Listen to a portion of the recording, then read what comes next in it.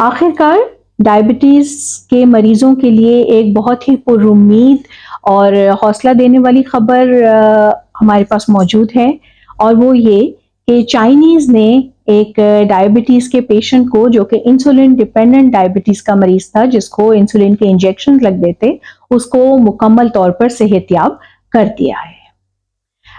उन्होंने ये एक स्टेम सेल रीजेनरेशन थेरेपी का इस्तेमाल किया, और उसको जब वो सेल ट्रांसप्लांट दिया गया उन स्टेम सेल्स का, तो उसके 11 हफ्ते के अंदर अंदर जो है उसके पैनक्रियास से, उसके लबलबे में जो है वो बीटा सेल्स ने दोबारा से इंसुलिन बनाना शुरू कर दिया, और उसको इंसुलिन के इंजेक्शंस की ज़रूरत और नहीं रही। और अगला 1 साल लगा जिसमें वो जो इंसुलिन को कंट्रोल करने के लिए, सिक्रीट करने के लिए टैबलेट्स खाता था, वो उनसे भी उसको छुटकारा मिल गया और वो मुकम्मल तौर पर डायबिटीज़ के मर्ज से सेहतयाब हो गया। तो ये क्या ट्रीटमेंट है, किस तरह से हुई है, और डायबिटीज़ क्या होता है, इस सब के बारे में बात करते हैं। मैं हूँ डॉक्टर मरियम अतीक। डायबिटीज़ हमें पता है कि एक मल्टी सिस्टम डिसऑर्डर है, जो कि खून में ज़्यादा शुगर होने की मिकदार की वजह से होता है। नॉर्मली हमारे जिस्म का हर ऑर्गन, हर टिश्यू जो है वो ग्लूकोज को इस्तेमाल करता है एनर्जी हासिल करने के लिए और अपना अपना काम करने के लिए, और जो हम खाना पीना खाते हैं उससे इस ग्लूकोज को इस्तेमाल करने के लिए हमारे लबलबे से, पैनक्रियास से, उसके अंदर बीटा सेल्स होते हैं जो वो इंसुलिन सिक्रीट करते हैं, और इस इंसुलिन की प्रेजेंस में ये शुगर्स जो हैं वो एब्जॉर्ब हो जाती हैं खून से, और अलग अलग ऑर्गन्स में ये चली जाती हैं, और वो ऑर्गन्स अपना काम सही तौर पे करते हैं। तो डायबिटीज़ में इस इंसुलिन की या तो मुकम्मल कमी हो जाती है, जिसकी वजह से इंसुलिन के इंजेक्शंस लगते हैं, जो कि ज़्यादातर यंग लोगों में होता है पैनक्रियाटिक आइलेट सेल फेलियर की वजह से, और या फिर बुढ़ापे में जब इंसुलिन बनने की मिकदार कम हो जाती है, या फिर ओवरवेट होने की वजह से इंसुलिन रेजिस्टेंस हो जाता है, तो भी इंसुलिन काफ़ी नहीं होती उस शुगर को इस्तेमाल करने को, और खून में ज़्यादा शुगर की मिकदार हो जाती है। फिर जहाँ जहाँ ये खून जाता है तो वो शुगर जो है वो इस्तेमाल होने के बजाय उन ऑर्गन्स में, उन टिश्यूज़ में डिपॉजिट हो जाती है, और उन तमाम को वो डिजीज़ कर देती है। तो अब इसमें क्या थ्योरी यूज हुई? हमने कहा stem regeneration cell therapy use की गई। अब स्टेम सेल्स क्या होते हैं? ये हमारे बॉडी के जो हैं वो मास्टर सेल्स होते हैं। ये खुद से किसी एक खास तरह के सेल में डिफरेंशिएटेड नहीं होते हैं, लेकिन इनको जैसा जैसा एक्सटर्नल स्टिमुलस मिलता है, जिस इन्वायरमेंट में उनको रखा जाता है, तो उनमें ये खुसूसियत होती है कि वो उस तरह से अपने आप को ट्रांसफॉर्म करके जिस्म के मुख्तलिफ ऑर्गन्स के सेल्स वो बना सकते हैं।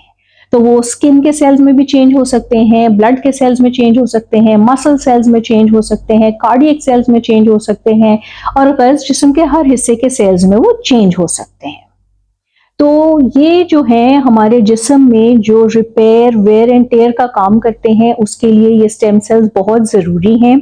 और इसी तरह फर्टिलाइजेशन के लिए और एक नए इंसान को बनने में भी जो है ये भरपूर अपना काम करते हैं। इसके बगैर ये मुमकिन ही नहीं है,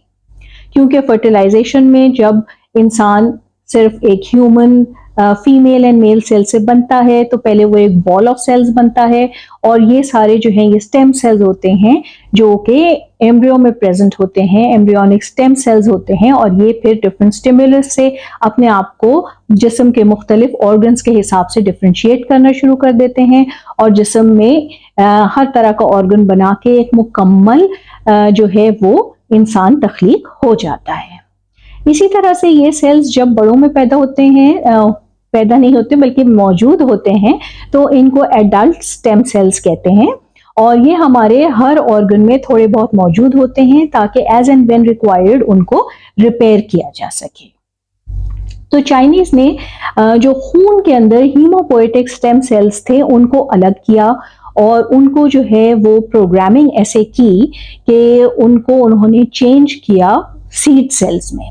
और इन सीड सेल्स में जो है वो फिर फंक्शन करना शुरू किया पैनक्रियाज के आइलेट सेल्स की तरह से बीटा सेल्स उसमें होते हैं। पैनक्रियाटिक आइलेट सेल्स में एंडोक्रीन आइलेट्स होते हैं और ये इसमें 4 तरह के सेल्स होते हैं। उनमें से एक जो है वो बीटा सेल्स होते हैं जो कि इंसुलिन बनाने का काम करते हैं। तो ये सीड सेल्स जो थे इन्होंने फंक्शन करना शुरू किया इन बीटा सेल्स के तौर पे, लेकिन ये सारा प्रोसेस लेबोरेटरी में किया गया और जब ये आर्टिफिशियल एनवायरनमेंट में ये तैयार हो गए तो ये जो सीड सेल्स का मास था इसको ट्रांसप्लांट कर दिया गया इंसान के अंदर जिसको डायबिटीज थी और वहां पे उन्होंने जाके इंसुलिन बनाने का काम शुरू कर दिया जैसे कि नॉर्मल बीटा सेल्स करते हैं। और इस तरह से 11 हफ्ते के अंदर अंदर वो शख्स जो एक्सटर्नल इंसुलिन लेता था वो उससे लेने से उसको निजात मिल गई क्योंकि पैनक्रियाटिक सेल्स ने अपना इंसुलिन दोबारा बनाना शुरू कर दिया। ये प्रोसेस हुआ था जुलाई 2021 में और उसके बाद जो है उसको 1 साल तक उसको मॉनिटर किया गया और जो वो ओरल टैबलेट्स वगैरह भी लेता था अपनी शुगर को कंट्रोल करने को वो उन सब से आज़ाद हो गया और उसको मुकम्मल शिफा मिल गई।